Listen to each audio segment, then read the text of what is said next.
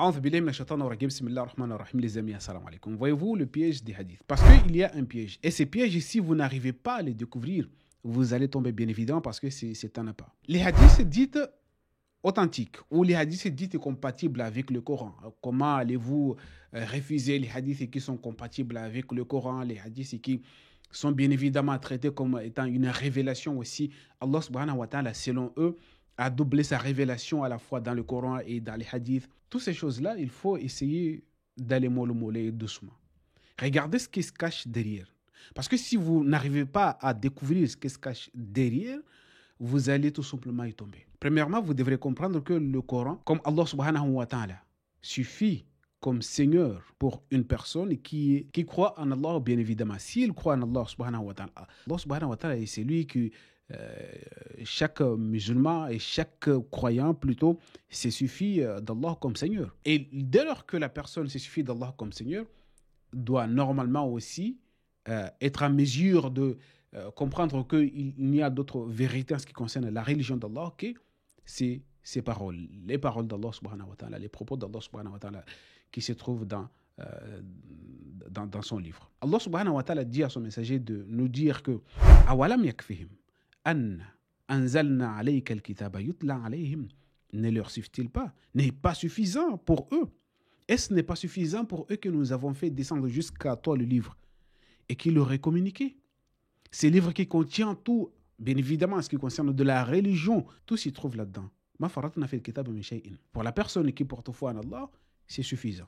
Mais il y a aussi le cas des hadiths dits compatibles avec le Coran. Des hadiths dits sahih ou plutôt il y a des personnes qui vont aller plus loin que ça, puisque c'est sahih, c'est la même chose que le Coran, c'est même équivalent, c'est l'équivalent du Coran, c'est ainsi de suite. Il y a beaucoup de propos.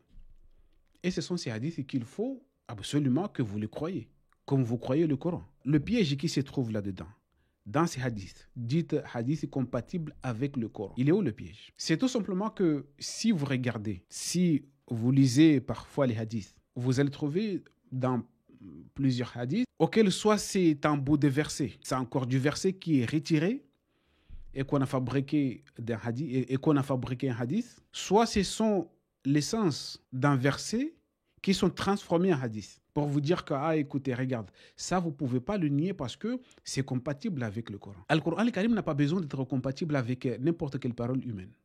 Et la parole humaine n'est pas là pour valider le Coran. Ça, il y a des personnes qui n'arrivent pas à comprendre encore ça. Que Al-Qur'an al-Karim n'a besoin de la validation de personne. Et Al-Qur'an al-Karim n'est pas là pour valider les dires de personne, que ce soit d'un messager, d'un savant, de n'importe qui, les dires d'une personne, les dires d'un être humain. Le Coran n'est pas là pour les valider. Le Coran porte une vérité qui est propre en lui, qu'il l'exprime et qui n'a pas besoin d'être validé par n'importe qui et qui, bien évidemment, n'est pas là pour valider les paroles de n'importe qui. Donc, dire que ces paroles sont compatibles avec le Coran, donc c'est automatiquement, il vient du messager ou il vient d'Allah parce que c'est une révélation, c'est une doublure. Donc, qu'est-ce qui se passe exactement là-dedans? Comme nous avons dit qu'il y a ce piège qui est que soit de bouts de versets coraniques qui sont utilisés pour dire que c'est le messager qui a dit, ou pour transformer les propos coraniques, ne pas les prendre en entier pour tisser c'est un peu ces pièges, pour former ces pièges, pour créer un appât, ou plutôt transformer tout simplement le sens qu'ils ont compris d'un verset pour former un hadith. Dire que ça, c'est un hadith authentique. Et même si les hadiths, et même si ces hadiths est compatible avec le Coran, sachez que ces hadiths, quoi qu'il en soit, c'est le copie. L'original se trouve dans le Coran. Parce que le hadith est dit compatible. Ce qui veut dire que ces hadiths est le copie. Et de toi à moi, qu'est-ce que tu vas choisir? Le copie ou l'original? L'original, bien évidemment. Et tu vas, par cupidité, je crois, tu vas dire que non, je prends le copie et je prends l'original. Je garde les deux à la fois. C'est un peu compliqué. Mais bon, on va les regarder des hadiths dits authentiques qui sont bien évidemment compatibles avec le Coran parce que c'est ci et c'est ci. Il y a tellement de choses que vous ne comprenez pas encore et vous ne comprenez pas combien ces personnes ils étaient capables pour à tout prix arriver à leur fin. Ils disent, c'est Abu Huraira. سمعت رسول الله صلى الله عليه وسلم يقول ما نهيتكم عنه فاجتنبوه وما أمرتكم به فأتوا منه ما استطعتم. Ça c'est un hadith rapporté par Abu Huraira. Aussi dans une autre version, عن أبو هريرة قال رسول الله صلى الله عليه وسلم ما أمرتكم به فخذوه وما نهيتكم عنه فانتهوا. Ah tiens, ces hadiths est authentique et compatible avec le Coran. Pourquoi ces hadiths est compatible avec le Coran?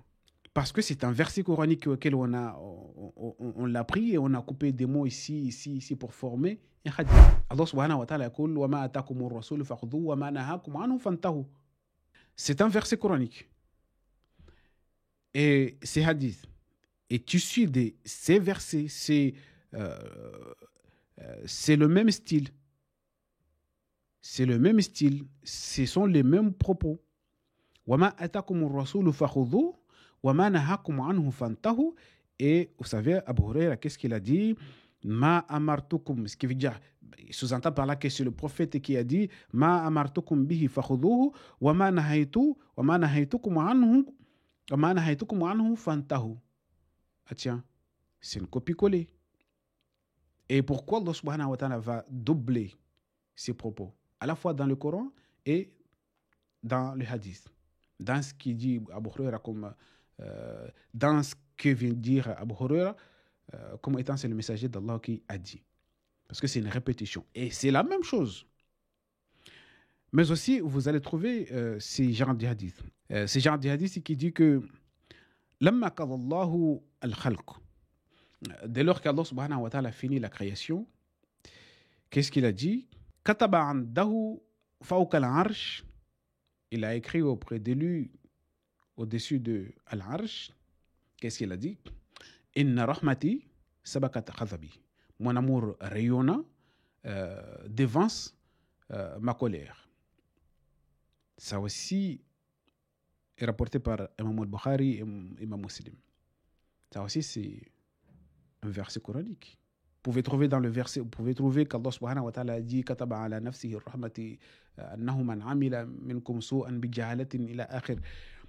Ce sont ces genres de hadiths qui sont tirés, copiés dans des versets coraniques, les transformer soit le sens, soit bien évidemment les mêmes propos, soit essayer un peu de modeler les mots. Mais aussi, il y a ces hadiths de Amr ibn al-Khattab. C'est un hadith qui est bien connu, auquel je crois que chaque musulman connaît ces hadiths. Qui stipule que le messager d'Allah subhanahu wa ta'ala a dit إنما الأعمال بالنيات وإنما لكل امرئ ما نوى فمن كان هجرته إلى الدنيا يصيبها أو إلى امرأة ينكحها فهجرته إلى ما هاجر إليه. Il dit, j'ai entendu le messager d'Allah déclare que les actes ne sont évalués que selon les intentions qui les inspirent. Chacun n'obtient que son œuvre, que la valeur de son intention.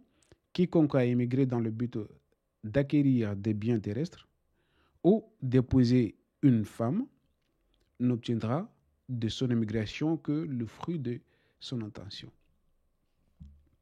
C'est un hadith qui est aussi authentique. Mais ce que vous ne savez pas, c'est que l'original de ce propos se trouve dans Al-Qur'an al-Karim. Et pourquoi on aurait besoin de ces hadiths, de ces copies, alors que l'original se trouve dans Al-Qur'an al-Karim. Là, ces hadiths, le sujet principal qui est là, c'est an-niyat. Namal amal bin niyat, c'est l'intention.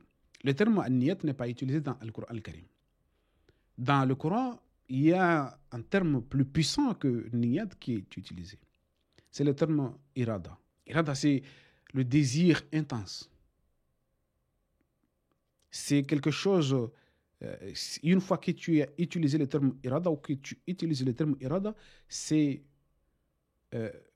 comme une voie à sens unique. Tu ne peux pas utiliser le terme irada en choisissant deux choses. Donc, celui qui désire ardemment, avec vigueur, n'obtiendra que ce qu'il a choisi. Comme Allah subhanahu wa ta'ala يقول من كان يريد الحياة الدنيا وزينتها ومن أراد الآخرة وسعى لها سعيها وهو مؤمن فأولئك كان سعيهم مشكورا. Le terme c'est irada. Celui qui désire. من كان يريد العاجلة, qui veut العاجلة, il traduit comme étant la précipitation, le bas monde, quelque chose qui passe vite fait. العاجلة Man kana yuri, parce que celui qui veut al-ajilat ne peut pas désirer autre chose, ne voudrait pas avoir autre chose que al-ajilat. Man kana yuridu harth al-dunya ne peut pas aussi désirer harth al-akhirat. Et ne peut pas aussi, et ne peut pas gagner deux choses à la fois. Le terme qui est utilisé dans Al-Qur'an al-Karim, c'est le terme irada. C'est pourquoi vous pouvez trouver dans Al-Qur'an al-Karim qu'Allah subhanahu wa ta'ala yahdi man yurid. C'est lui qui veut, qui a fixé comme objectif principal la guidance. Wallahu yahdi man yurid. Yuridu Allah an yukhaffifa ankum. L'objectif principal d'Allah, c'est de vous faciliter les choses. Il n'y a pas d'autre chose que ça. Et beaucoup de hadiths que vous pouvez trouver qui vont dans le même sens, que soit c'est un copier-coller, verset coranique qui est transformé en hadith, soit c'est le sens qui est indiqué dans le hadith.